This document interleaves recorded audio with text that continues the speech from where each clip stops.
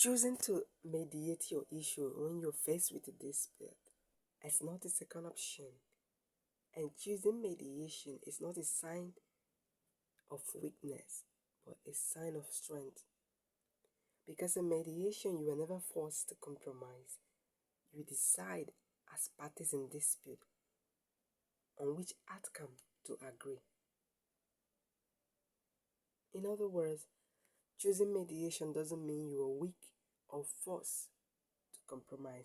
Instead, it reflects confidence, responsibility, and willingness to speak a practical, structured conflict resolution.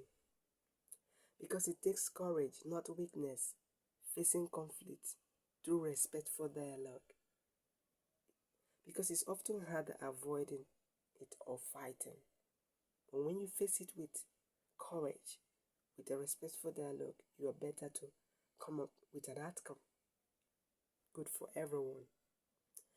Because when you choose to mediate, participation is voluntary. In mediation, no one can force you to accept an agreement you didn't determine or agreement you don't want.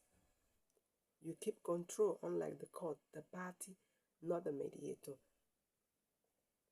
does not decide. Just not the mediator, but the party decide on which agreement is suitable for them and on what terms, through the help and the guidance of the mediator. Compromise is optional because a successful mediation may involve compromise, creative problem solving, clarification. Parties determine which outcome to use, which outcome to write in the agreement.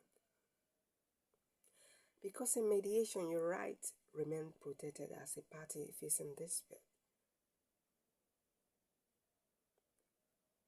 The goal is mutual understanding. Mediation seeks solution that addresses the interests of everyone involved in the dispute.